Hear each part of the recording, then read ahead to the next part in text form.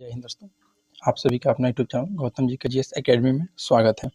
दोस्तों हम लोग इस वीडियो में जो 1275 पोस्ट की बहाली हुई थी दरोगा का, उसी का दोस्तों हम लोग पार्ट नंबर 2 लेकर आए हैं। इससे पहले का पार्ट नंबर 1 आप नहीं देखें, जो कि दोस्तों उसमें टोटल 22 क्वेश्चन डिस्कशन कराया गया है। आज हम लोग क्वेश्चन नंबर 23 से देखने वाले हैं। तो चलिए दोस्तों, 23 क्वेश्चन कह रहा है कि राष्ट्रपति राज्यसभा में कितने सदस्य मनोनीत कर सकता है। तो याद रखना है 12 सदस्य। राष्ट्रपति राज्यसभा में 12 सदस्य मनोनीत कर सकता है। संविधान का अनुच्छेद 80 जो है यह राज्यसभा के बारे में बताता है, और संविधान के अनुच्छेद 80 के 3 के तहत राष्ट्रपति के द्वारा साहित्य, विज्ञान, कला और समाज सेवा के संबंध में विशेष ज्ञान रखे जाने वाला 12 सदस्य को मनोनीत किया जाता है। याद रखिएगा कितने, तो 12 सदस्य को मनोनीत किए जाते हैं। नेक्स्ट है कि राष्ट्रपति के द्वारा राज्यसभा के विभिन्न क्षेत्र को ख्याति प्राप्त 12 व्यक्तियों को मनोनयक की अवधारणा आयरलैंड के संविधान से लिया है। याद रखिएगा आयरलैंड से। राज्यसभा में अधिकतम 250 सदस्य हो सकते हैं, परंतु वर्तमान में इनकी संख्या दोस्तों 245 है। नेक्स्ट है कि नेक्स्ट पॉइंट, राज्य विशेष की जनसंख्या के आधार पर किसी राज्य से आने वाले सदस्यों की संख्या का निर्धारण होता है, और वर्तमान में उत्तर प्रदेश में राज्यसभा सदस्य की सीट की संख्या सर्वाधिक है, जो कि 31 है उत्तर प्रदेश में। याद रखिएगा। नेक्स्ट है कि भारतीय संविधान के अनुच्छेद 80 के 3 के अनुच्छेद दोस्तों जो 83 के 1 के अनुसार राज्यसभा का एक अस्थायी सदन है, और इसका विघटन नहीं होता है राज्यसभा का। याद रखना है। भारत के उपराष्ट्रपति जो कि राज्यसभा के प्रधान सभापति होते हैं, यह अनुच्छेद 89 में इसकी चर्चा की गई है। वर्तमान में भारत के उपराष्ट्रपति भी जगदीप धनखड़ है, जो कि 14वां क्रम के हैं। नेक्स्ट है क्वेश्चन नंबर 24, भारत के राज्य अथवा केंद्र शासित प्रदेश जो जनगणना 2011 में साक्षरता दर में तीसरा सर्वाधिक मान रखता है, यह था। तो यह दोस्तों आपका मिजोरम है। याद रखिएगा, जो भारत राज्य अथवा केंद्र शासित प्रदेश जो जनगणना 2011 में साक्षरता दर में तीसरा सर्वाधिक मान रखता है, वो आपका मिजोरम राज्य है। याद रखिएगा। यहाँ पर हम लोग देखें नीचे सर्वाधिक साक्षरता प्रतिशत वाले राज्य तथा केंद्र शासित प्रदेश, जो कि 2000 जनगणना के अनुसार 2011 के केरल के 294% है। सेकेंड स्थान पर लक्षद्वीप है, जो कि 91.8%, और तीसरा स्थान पर मिजोरम है, जो कि 91.3%, और चौथा स्थान पर गोवा 88.7, और पांचवा त्रिपुरा 87.2। और न्यूनतम साक्षरता प्रतिशत वाला दोस्तों पहला स्थान पर बिहार है, जो कि 61.8% है, और अरुणाचल प्रदेश 65.4, राजस्थान है, फिर झारखंड है, और आंध्र प्रदेश जो कि तेलंगाना सहित है।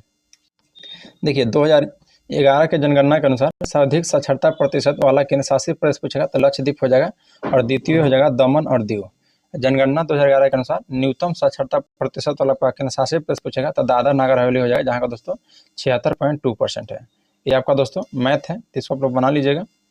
नेक्स्ट है क्वेश्चन नंबर 26, निम्नलिखित में से कौन राष्ट्रपति के महाभियोग की प्रक्रिया में भाग नहीं लेता है। तो कौन जो है दोस्तों राष्ट्रपति के महाभियोग की प्रक्रिया में भाग नहीं लेता है, तो याद रखिएगा। देखिए भाग नहीं लेता है बोल रहे हैं, तो आपका दोस्तों जो राज्यसभा के विधानसभा से जो निर्वाचित सदस्य नहीं लेते हैं, और दिल्ली और पुडुचेरी संघ के विधानसभा से निर्वाचित सदस्य भी भाग नहीं लेते हैं। बाकी दोस्तों संसद के किसी भी सदन मनोनीत सदस्य और संसद के समय निर्वाचित सदस्य।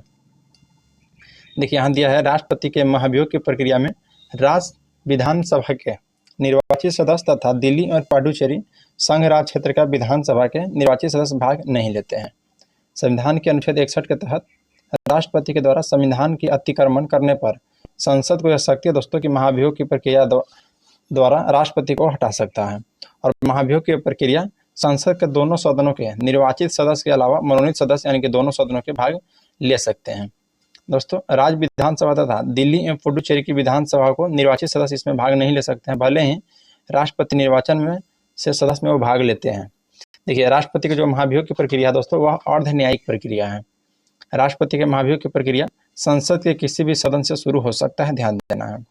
और महाभियोग का आरोप संसद के किसी भी सदन से लगाया जा सकता है, लेकिन ऐसा करने के लिए दोस्तों राष्ट्रपति को 14 दिन पूर्व जानकारी देना होता है। अगर दोस्तों राष्ट्रपति के पूर्व नोटिस अगर वहाँ पर नहीं देगा, तो यह नोटिस सदन के कुल सदस्य संख्या से कम दोस्तों 1/4 सदस्य के द्वारा हस्ताक्षरित होना चाहिए, और संसद के जिस भी सदन में यह आरोप लाया है कि उसमें सदन की कुल सदस्य संख्या के 2/3 बहुमत से संकल्प पारित कर अगले सदन में भेज दिया जाता है, और सदन का दूसरा सदन ही आरोप की जांच कर सही पाए जाने पर इस प्रस्ताव को भी दोस्तों अगर कुल सदस्य संख्या 2/3 बहुमत से पारित कर दे, तब यह महाभियोग की प्रक्रिया पूर्ण मानी जाती है, और इसके पश्चात दोस्तों राष्ट्रपति जो है सब पद से हट जाते हैं। देखिए महाभियोग की जो प्रक्रिया है राष्ट्रपति को इसमें उपस्थित होने तथा अपने प्रतिनिधि भेजने का अधिकार होता है। अभी तक भारत में किसी भी राष्ट्रपति पर दोस्तों महाभियोग नहीं लगाया गया है, और राष्ट्रपति की जो महाभियोग की चर्चा है यह दोस्तों ध्यान रखना है अमेरिका के संविधान से ग्रहण किया गया है। नेक्स्ट है दोस्तों कि एकरा राजधानी है। एकरा दोस्तों आपका घाना की राजधानी है, याद रखिएगा। एकरा जो है घाना की राजधानी है। देखिए सेनेगल की राजधानी हो जाएगा डकार, ट्यूनिसिया का हो जाएगा ट्यूनिस, युगांडा के कंपाला, अंगोला के लुआंडा, अल्जीरिया के अल्जीरियस, मोजाम्बिक को दोस्तों मपुतो हो जाएगा। नेक्स्ट है नामीबिया, तो नामीबिया का हो जाएगा बिडहॉक, नाइजर के नियामी, नाइजीरिया का आपका अबूजा हो जाएगा, सेशेल्स, तो सेशेल्स का आपको विक्टोरिया हो जाएगा, इथोपिया जो किसका अदीस बाबा, बोत्सवाना का हो जाएगा गैबोरोन, माली की राजधानी हो जाएगा बमाको, और दक्षिणी सूडान का हो जाएगा राजधानी जुब्बा। चलिए नेक्स्ट है दोस्तों क्वेश्चन नंबर आपका 28, निम्नलिखित में से किस संगठन ने हाल ही में ऑपरेशन गरुड़ चलाया है? तो ऑपरेशन गरुड़ जो चलाया था दोस्तों वो सीबीआई के द्वारा चलाया गया था, तो ऑप्शन नंबर ए हो जाएगा, जो ऑपरेशन गरुड़ था सीबीआई के द्वारा चलाया गया है। क्वेश्चन नंबर दोस्तों आपका 28 है। क्वेश्चन 28 बोल रहा है कि एक दूरदर्शी में अधिदृश्य उत्तर लेंस के स्थान पर परवलय दर्पण का उपयोग क्यों लाभकारी है? सबसे अधिक सही उत्तर को दोस्तों इसमें से चुनना है। तो इसका सबसे देख लेते हैं हम दोस्तों, डिस्कशन में क्या कर ध्यान दीजिएगा। बोल रहा है कि जो दूरदर्शी में अभिदृश्यक लेंस के स्थान पर अवतल दर्पण या परवलय दर्पण का प्रयोग किया जाता है, क्योंकि यह दोस्तों वस्तु से आने वाली प्रकाश की बड़ी मात्रा को एकत्रित करने में सहायता करता है। परिणामतः दूर स्थित वस्तु को अधिक तीव्र एवं स्पष्ट छवि बनती है, याद रखना है। चलिए नेक्स्ट है दोस्तों क्वेश्चन आपका 30। क्वेश्चन 30 क्या कह रहा है कि बलवंत राय मेहता कमेटी संबंधित है। तो यह दोस्तों पंचायती राज से संबंधित है, बलवंत राय मेहता कमेटी याद रखिएगा। बलवंत राय जो मेहता कमेटी है ये आपका पंचायती राज से संबंधित है। बलवंत राय मेहता कमेटी का गठन दोस्तों वर्ष 1957 में योजना आयोग और जो कि अब नीति आयोग के द्वारा सामुदायिक विकास कार्यक्रम और राष्ट्रीय विस्तार सेवा कार्यक्रम के अध्ययन के लिए गठित किया गया था। और यह दोस्तों नवंबर 1957 में समिति ने अपना रिपोर्ट सौंपी थी, याद रखना है। नेक्स्ट दोस्तों कि इस समिति ने पंचायत राज व्यवस्था को त्रिस्तरीय ढांचा बनाए जाने की बात कही है, जिसको दोस्तों ग्राम स्तर, जिस पर ग्राम स्तर पर हो जाएगा आपका ग्राम पंचायत, और खंड या ब्लॉक स्तर पर हो जाएगा आपका पंचायत समिति, और जिला स्तर जिसमें दोस्तों जिला परिषद होता है। नेक्स्ट होता है दोस्तों 1958 ईस्वी में जो राष्ट्रीय विकास परिषद ने बलवंत राय मेहता समिति के दोस्तों सिफारिशों को स्वीकार किया था वर्ष 1958 में। 2 अक्टूबर 1859 को दोस्तों नागौर जिला जो कि राजस्थान में पड़ता है, वहाँ के प्रधानमंत्री तत्कालीन थे दोस्तों पंडित जवाहरलाल नेहरू उस समय, और वह देश के पहली त्रिस्तरीय पंचायत का उद्घाटन किया गया है, याद रखिएगा। नेक्स्ट दोस्तों कि तंदोपरांत 11 अक्टूबर 1959 को आंध्र प्रदेश के महबूब नगर जिले के साधन नगर विकास खंड से शुरू किया गया था, और मौलिक अधिकार का दोस्तों संविधान के भाग 3 के अनुच्छेद 12 से 35 तक उल्लेख है, और इसे संयुक्त राज्य अमेरिका के संविधान से लिया गया है। देखिए संविधान में दोस्तों भाग 3 को भारत का मैग्ना कार्टा कहा जाता है, और मूल कर्तव्य को सरदार स्वर्ण सिंह समिति के नेतृत्व में गठित समिति के सुझाव पर जो कि 42वां संविधान संशोधन 1976 के द्वारा भारतीय संविधान के भाग 4 के क 51 के क के अंतर्गत शामिल किया गया है। फिर प्रारंभ में दोस्तों 10 मूल कर्तव्य थे, और बाद में 86वां संविधान संशोधन 2002 के द्वारा 11 मूल कर्तव्य को जोड़ा गया है। यानी कि दोस्तों एक मूल कर्तव्य को देखिए 10 मूल कर्तव्य जो था वो आपको दोस्तों 42वां संविधान संशोधन के तहत जोड़ा गया है, लेकिन 11वां मूल कर्तव्य आपका 86वां संविधान संशोधन 2002 के तहत जोड़ा गया है। भारत में मूल कर्तव्य को भूतपूर्व सोवियत संघ के संविधान से अपनाया गया है। नीति निर्देशक तत्व का वर्णन दोस्तों संविधान भाग के 4 अनुच्छेद 36 से 51 में चर्चा किया गया है। जो आपका दोस्तों नीति निर्देशक तत्व है वह आयरलैंड के संविधान से ग्रहण किया गया है। नेक्स्ट है कि कोसी नदी बिहार के किस शहर में गंगा नदी से मिलती है? तो कोसी नदी दोस्तों आपको कुर्सेला में याद रखिएगा। कहाँ में? तो कुर्सेला में। तो ऑप्शन नंबर सी हो जाएगा। जो कोसी नदी है बिहार के कुर्सेला यानी कि कटिहार शहर के पास गंगा नदी में मिलती है। देखिए कोसी नदी के उद्गम दोस्तों नेपाल में स्थित है, गोसाईनाथ चोटी के पास हुई है, याद रखिएगा। कोसी नदी के कुछ हम लोग प्रमुख सहायक नदी देखते हैं, जिसमें अरुण कोसी है, सून कोसी, तामुर कोसी, इंद्रावती, लीखू, दूध कोसी, भीट कोसी, तंबा कोसी, ये सभी दोस्तों कोसी नदी की सहायक नदी है। कोसी नदी को नेपाल में सप्त कोसी के नाम से जाना जाता है। कोसी नदी की लंबाई दोस्तों लगभग 720 किलोमीटर है, और तिब्बत, नेपाल और बिहार में यह लुप्त क्षेत्र लगभग दोस्तों 74,500 वर्ग किलोमीटर है। कोसी नदी का बिहार का शोक कहा जाता है। कोसी नदी के प्रवाह तंत्र के अंतर्गत सहरसा, सुपौल, मधेपुरा, पूर्णिया, किशनगंज जिलों को अधिकांश क्षेत्र आता है, और कोसी परियोजना की स्थापना वर्ष 1953 में किया गया था, जो कि 1965 में बनकर तैयार हो गया था। और यह दोस्तों भारत और नेपाल की संयुक्त परियोजना है, याद रखना है। नेक्स्ट है कि रेशम उद्योग के लिए बिहार का भागलपुर जिला प्रसिद्ध है, जिस कारण भागलपुर को बिहार का सिल्क सिटी कहा जाता है। बिहार का सिल्क सिटी किसे कहा जाता है दोस्तों, तो आपको भागलपुर को। नेक्स्ट है कि पूर्णिया, कटिहार, सहरसा जिला जूट उद्योग के लिए प्रसिद्ध है। और बिहार का जो सुपौल जिला है यह पहला कचरा मुक्त शहर घोषित किया गया, याद रखना है। पहला कचरा मुक्त शहर घोषित कौन है दोस्तों, तो बिहार के आपका सुपौल जिला। क्वेश्चन नंबर आपका 32 बोल रहा है कि निम्न संतों के कालक्रम को सजाइए। सबसे पहले दोस्तों हम लोग कालक्रम को देखते हैं, हालांकि इसका आंसर हो जाएगा ऑप्शन ए। एक हम देखते हैं काल। देखिए जो आपका रामानुजाचार्य है, जो इनका दोस्तों कार्यकाल 1017 से लेकर 1137 ईस्वी तक था, रामानुजाचार्य का। नेक्स्ट है नामदेव, तो नामदेव दोस्तों 1270 से 1350 ईस्वी तक है। फिर उसके बाद आता है चैतन्य, जो कि 1486 से 1533 ईस्वी तक रहते हैं। और तुलसीदास जो कि दोस्तों 1532 से 1623 ईस्वी तक रहते हैं। देखिए अब हम लोग दोस्तों प्रत्येक गुरु का जो था उसको हम लोग बारे में जानेंगे। जैसे रामानुजाचार्य की बात की जाए दोस्तों, तो 1017 से लेकर 1137 तक इनका कार्यकाल है। और रामानुजाचार्य थे, इनका जन्म दोस्तों 1017 ईस्वी में, जो कि पेरुमदूर, जो कि तमिलनाडु में पड़ता है, वहीं पे हुआ था। और इसने दोस्तों रामानुजाचार्य आपको विशिष्टाद्वैतवाद, ध्यान रखना है, रामानुजाचार्य ने विशिष्टाद्वैतवाद मत दिया था। और यह ज्ञान के स्थान पर दोस्तों भक्ति का महत्व दिया था। इन्होंने ब्रह्म सूत्र पर श्री भाष्य नाम से टीका लिखी है, ध्यान रखना है, ब्रह्म सूत्र पर श्री भाष्य नामक से टीका लिखी है। और इन्हें दक्षिण में विष्णु का अवतार माना जाता है। दोस्तों रामानुजाचार्य को से याद रखना है कि विष्णु का अवतार भी इनको माना जाता है, जो कि दोस्तों विशिष्टाद्वैतवाद इन्होंने दिए थे।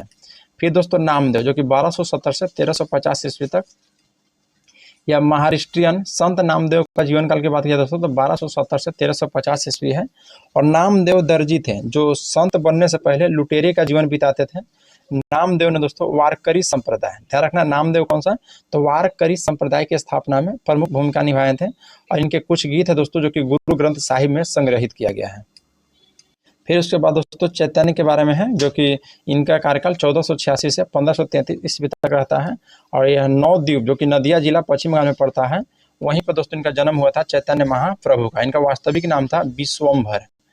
चैतन्य ने संगीत गोष्ठी या ईश्वर नाम के कीर्तन को लोकप्रिय बनाया। और इन्होंने बंगाल में गौड़ीय वैष्णव धर्म की स्थापना किया था। और यह दोस्तों सगुन उपासक तथा कृष्ण भक्त शाखा से संबंधित है चैतन्य महाप्रभु। और इनके अनुयायी दोस्तों इन्हें कृष्ण का अवतार और गौरांग महाप्रभु कहता था। देखिए इनका दर्शन की बात की जाए दोस्तों, तो अचिंत्य भेदो भेदवाद कहलाता है। और कृष्णदास कविराज ने बांग्ला में चैतन्य चरित्रामृत की रचना किया है।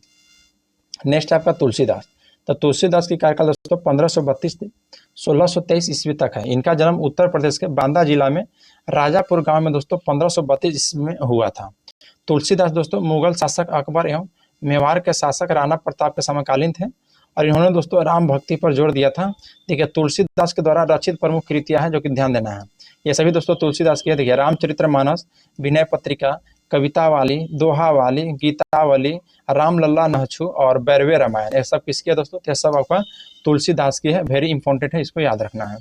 क्वेश्चन नंबर दोस्तों आपका 33 बोल रहा है दोस्तों कि स्वावलंबन 2.0 किसके द्वारा लॉन्च किया गया था। यह दोस्तों याद रखना है नौसेना के द्वारा लॉन्च किया गया है। नौसेना के द्वारा दोस्तों स्वावलंबन 2.0 लॉन्च किया गया है। और इसे रोड मैप का उद्देश्य सहयोग, समन्वय और साझेदारी में नई प्रौद्योगिकियों का विकास करना है। यह भारतीय नौसेना के अपडेटेड स्वदेशीकरण रोड मैप है, ध्यान रख देना है। देखिए दोस्तों कुछ अभियान और योजना हम लोग पढ़ते हैं, जैसे डिजिटल शक्ति 4.0 यह राष्ट्रीय महिला आयोग के द्वारा जारी किया गया है। एंटी दस्त अभियान आपका दिल्ली सरकार के द्वारा जारी किया गया है। OPS क्लीन अभियान यह पंजाब पुलिस के द्वारा जारी किया गया है। और अरुणोदय 2.0 दोस्तों असम सरकार के द्वारा जारी किया गया है। माहिर मिशन हो जाएगा आपको नवीकरणीय ऊर्जा मंत्रालय के द्वारा। और युवा 2.0 दोस्तों आपका शिक्षा मंत्रालय के द्वारा लॉन्च किया गया है। नेक्स्ट है दोस्तों कि इलेक्ट्रिक स्कूटर विदा किसके द्वारा लॉन्च किया गया है। तो जो विदा लॉन्च किया गया था दोस्तों यह हीरो मोटर कार्प के द्वारा।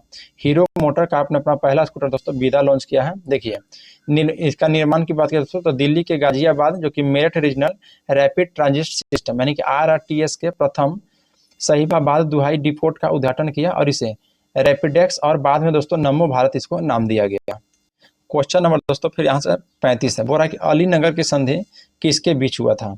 तो अलीनगर की संधि दोस्तों सबसे पहले हुआ था कब, तो अलीनगर की संधि दोस्तों आपको 1757 में हुआ था। और यह दोस्तों सिराजुद्दौला के साथ हुआ था। तो ब्रिटिश और सिराजुद्दौला हो जाएगा। देखिए अलीनगर की संधि ब्रिटिश और सिराजुद्दौला के बीच हुआ था और ये अलीनगर की संधि दोस्तों फरवरी 1757 के फलस्वरूप अंग्रेज को कलकत्ता के किलाबंदी करने के और सिक्का ढालने का अधिकार दिया गया था।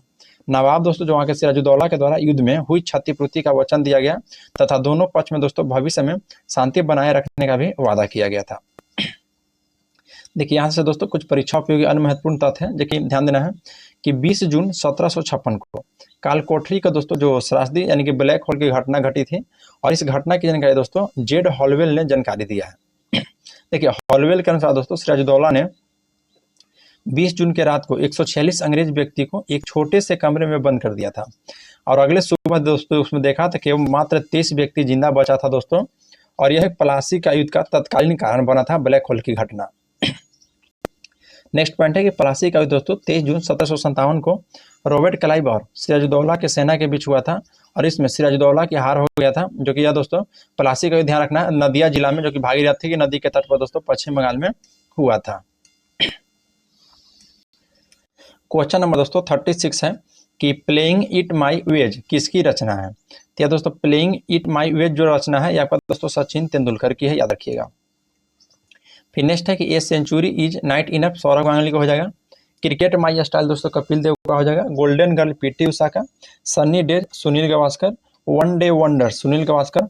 281 एन दोस्तों BBS लक्ष्मण। नेक्स्ट है कि पावरशिप जो दोस्तों एल्विन टोफलर का है। हेलन केलर जो कि स्टोरी ऑफ माई लाइफ का है। एवॉर्ड ऑफ लव जो कि नरेंद्र मोदी जी का है। एमनेस्टी दोस्तों अरविंद आरडी का है और मैथोलॉजी जो कि रोनाल्ड बर्थ का है। क्वेश्चन नंबर दोस्तों 37 मुगल मेवाड़ संधि कब हुआ था। तो दोस्तों मुगल मेवाड़ संधि हुआ था आपको 1615 ईस्वी में जो कि जहांगीर और राणा अमर सिंह के बीच हुआ था।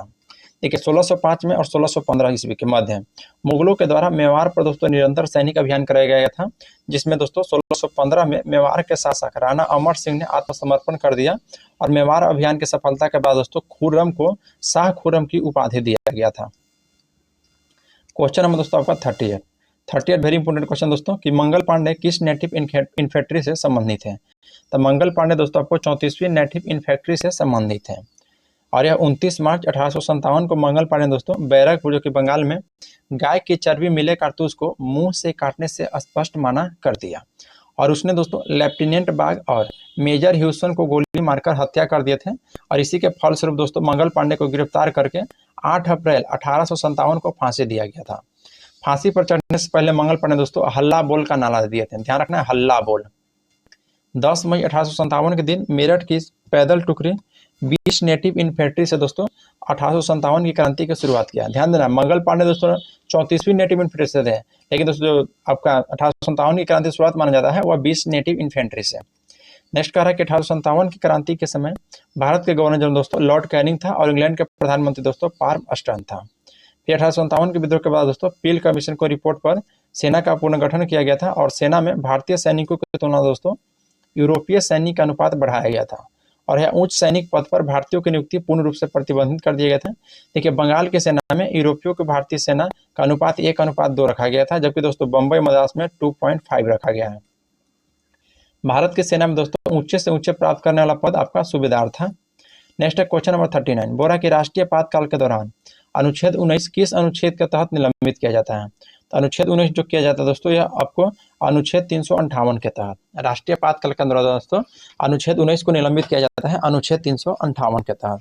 देखिए राष्ट्रीय आपातकाल के दौरान आपको अनुच्छेद 19 को निलंबन अनुच्छेद 358 के तहत किया जाता है।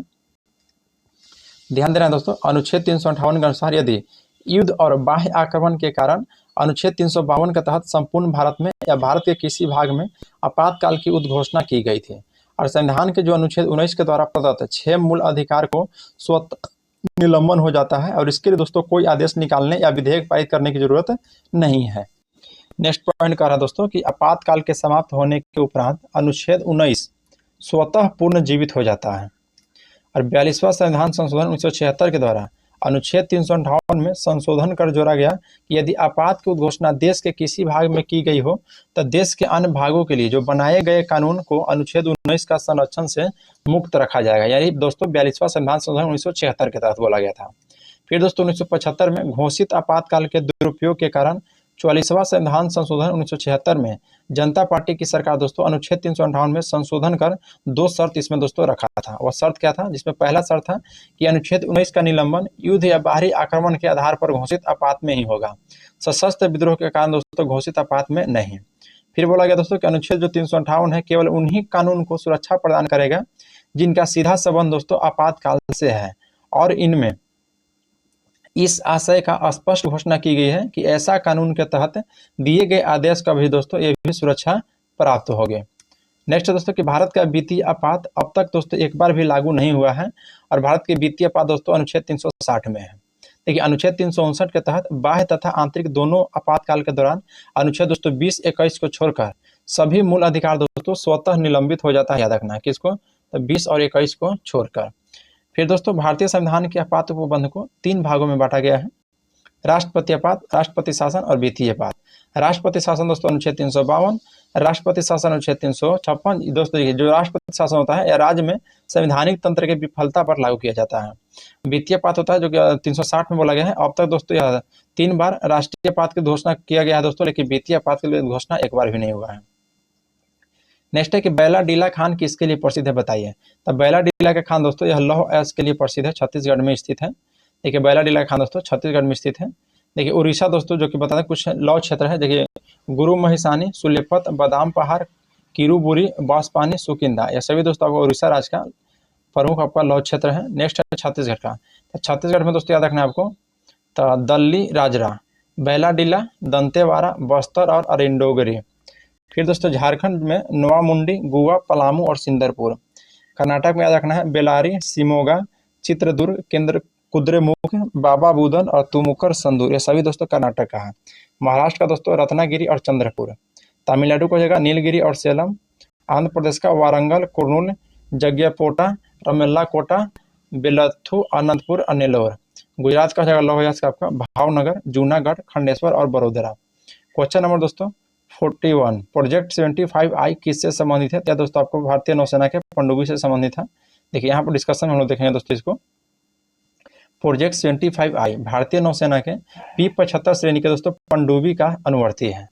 प्रोजेक्ट जो 75I के तहत 6 पारंपरिक पनडुब्बियों को निर्माण के लिए स्वदेशी तौर पर परिकल्पना की गई थी, जो कि अत्याधुनिक वायु स्वतंत्र प्रणोदन प्रणाली से लैस है। इसके दोस्तों अनुमति लागत 43,000 करोड़ रुपया है, और इसके तहत 6 पनडुब्बी जो कि दोस्तों INS Kalvari, INS Vagir, INS वेला, INS खंडेरी और INS करंज और INS वगैरह दोस्तों है, याद रखिएगा। नेक्स्ट दोस्तों क्वेश्चन नंबर 42 बोला कि ब्रॉन्ज मेडल का मिश्रण है, बताइए। ब्रॉन्ज मेडल का दोस्तों कॉपर और दोस्तों टीन हो जाएगा, यानी कि देखिए ऑप्शन ए है Cu और SN। देखिए दोस्तों आपका नेक्स्ट का है कि कॉपर, तांबा और सिलिकॉन, इनका उपयोग दोस्तों मास्टर मिश्रण धातु को तैयार किया जाता है, जिसके अनाज भंडार एवं रिफाइनरी संशोधन से यह संबंधित सुरक्षित रखा गया है।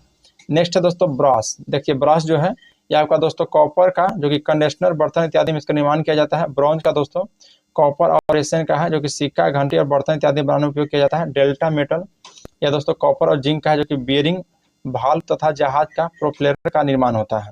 जर्मन सिल्वर का दोस्तों कॉपर, जिंक, निलिकॉन हो जाएगा। और ये दोस्तों गहना, बर्तन इत्यादि बनाने में किया जाता है।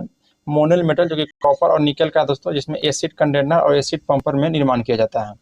फिर आपका एल्यूमिनियम ब्रॉन्ज, यह दोस्तों सिक्का, मूर्ति इत्यादि बनाने में होता है, जिसको कॉपर और एल्यूमिनियम का मिश्रण है।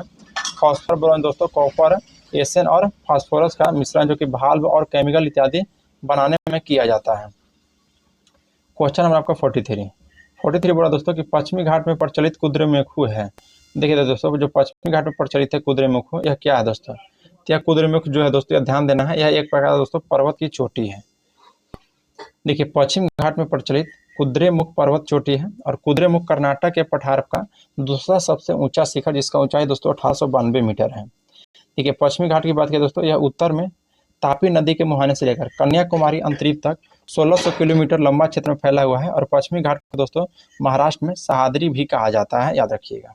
देखिए पश्चिमी घाट के दोस्तों कुछ प्रमुख चोटी है, जो कि सबसे ऊंची चोटी हो जाएगा दोस्तों कलसूबाई, जो कि 1646 मीटर है। तो उसके बाद महाबलेश्वर जो कि 1438 मीटर है, कि मूलनगिरी जो कि 1925 मीटर, और कुद्रेमुख दोस्तों 1892 किलोमीटर। नेक्स्ट है कि पूर्वी घाट एवं पश्चिमी घाट के पर्वत नीलगिरी पर्वत ग्रंथि में मिलता है, जिसका सर्वोच्च चोटी दोस्तों डोडा बेटा जो कि 2637 मीटर है और दक्षिण भारत का दूसरा सर्वोच्च शिखर है। नीलगिरी दक्षिण में अन्नामलाई की पहाड़ी है दोस्तों, और इसकी अनाईमुडी चोटी है जो कि 2695 मीटर ऊंचा है, और यह दक्षिण भारत का सबसे ऊंचा चोटी है दोस्तों, अनाईमुडी याद रखिएगा। अन्नामलाई दोस्तों एक शाखा उत्तर पूर्व नेपालनी की पहाड़ी तथा दक्षिण में दोस्तों कार्डेमम की पहाड़ी के रूप में फैली हुई है, याद रखना है। कौन सा? तो अन्नामलाई की शाखा। नेक्स्ट देखेंगे पूर्वी घाट। यह दोस्तों महानदी की घाटी से नीलगिरी तक 1300 किलोमीटर की लंबाई में फैला हुआ है, और यह दोस्तों उत्तर से दक्षिण की ओर पाई जाने वाली पहाड़ियों का क्रम है, जैसे नल्लामलाई हो जाएगा, बेलीकोंडा, पालकोंडा, नागरी, जवादी, सेवराय, पंचमलाई और सिरुमलाई, यह सभी दोस्तों उत्तर से दक्षिण की ओर पहाड़ी का क्रम है। देखिए अब पूर्वी घाट की प्रमुख चोटी दोस्तों जिंदगंडा हो जाएगा जो कि 1690 मीटर दोस्तों, फिर महेंद्रगिरी जो कि 1501 मीटर, याद रखना है। यह पूर्वी घाट का प्रमुख चोटी है।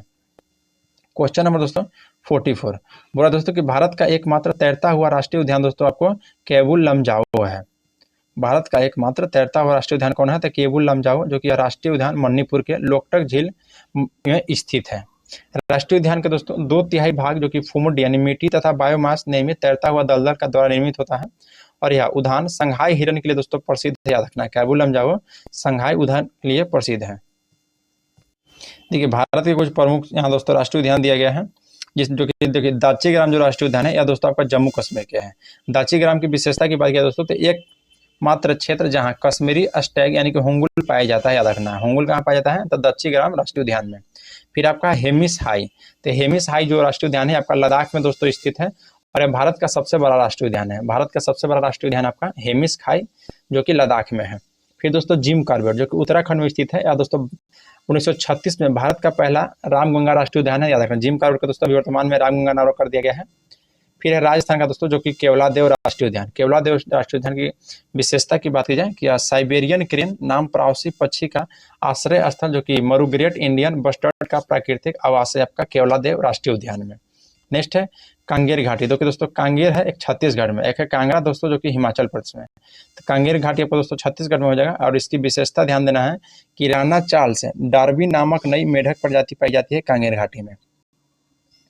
नेक्स्ट है कि बांधव घाट राष्ट्रीय उद्यान, यह दोस्तों मध्य प्रदेश में स्थित है, जो कि इसमें सफेद शेर के लिए प्रसिद्ध है बांधव घाट राष्ट्रीय उद्यान। फिर बलपक्रम दोस्तों हो जाएगा मेघालय में, जो कि रेड पांडा के लिए प्रसिद्ध है। गुजरात दोस्तों में जो गिर है राष्ट्रीय उद्यान जो कि एशियाई सिंह के लिए प्रसिद्ध है, और असम दोस्तों काजीरंगा में है, काजीरंगा राष्ट्रीय उद्यान असम में है, जो कि दोस्तों एक सिंह वाला गैंडा का प्रसिद्ध है। और असम का ध्यान देना है, असम का है आपका दोस्तों राष्ट्रीय पशु है एक सिंह वाला गैंडा। क्वेश्चन नंबर 45 निम्न में से किस संस्था को आरबीआई विनिमय नहीं करता है?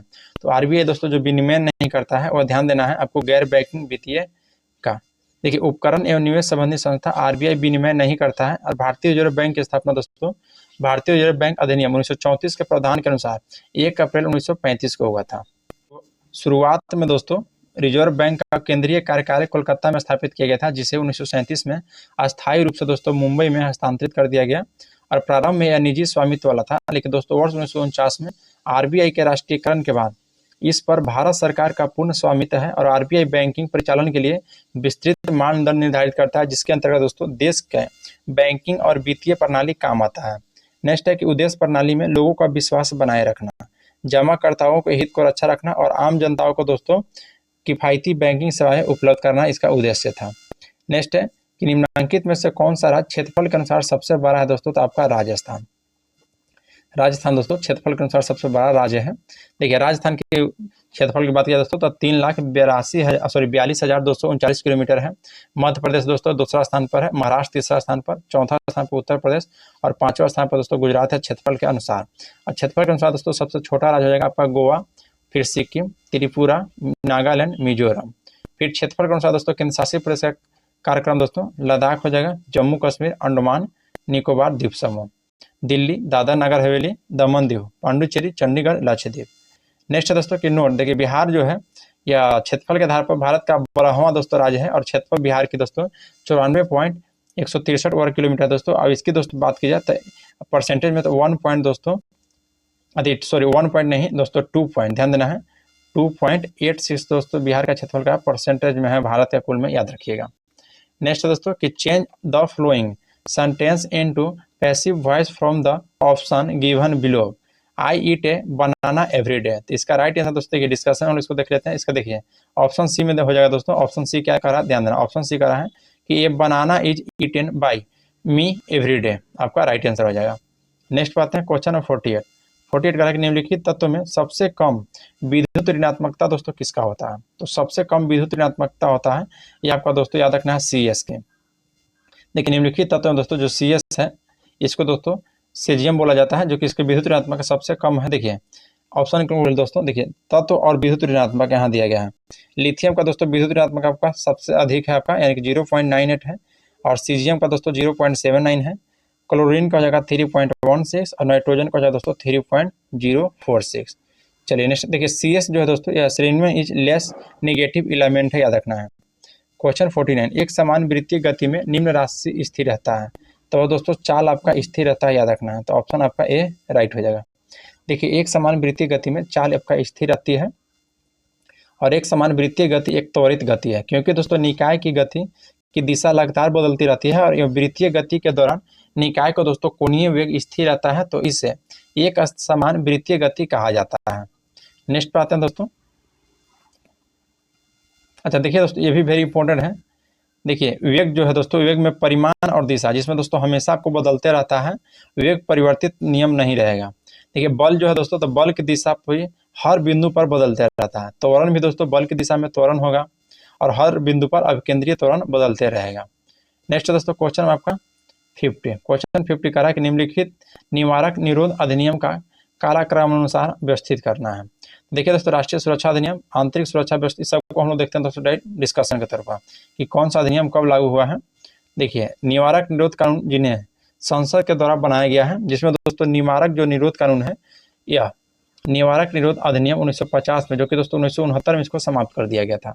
फिर आंतरिक सुरक्षा अधिनियम, जो कि दोस्तों मीसा जिसको बोलते हैं, 1917 में आया था, और इसको दोस्तों 1975 में निरसित कर दिया गया था। फिर आपका विदेशी मुद्रा का संरक्षण एवं व्यवस्था निवारण अधिनियम, जो कि दोस्तों 1974 में आया था, जिसको दोस्तों कॉफसा बोलते हैं। फिर राष्ट्रीय सुरक्षा अधिनियम दोस्तों, जो कि नासा 1980 में आया हुआ है। चोर बाजारी निवारक और आवश्यक वस्तु प्रदाय अधिनियम आपका 1980 में भी। आतंकवादी और विध्वंसक क्रियाकलाप निवारण अधिनियम 1985 में, और उसको दोस्तों 1995 में समाप्त कर दिया था। स्वापक औषधि और मनोरूप प्रभावी पदार्थ व्यापार निवारण, जो कि दोस्तों अधिनियम 1988 में आया था। नेक्स्ट है कि आतंकवाद निवारक अधिनियम पोटा, जो कि 2002 में आया है, इसको 2004 में दोस्तों पोटा को निरस्त कर दिया गया है।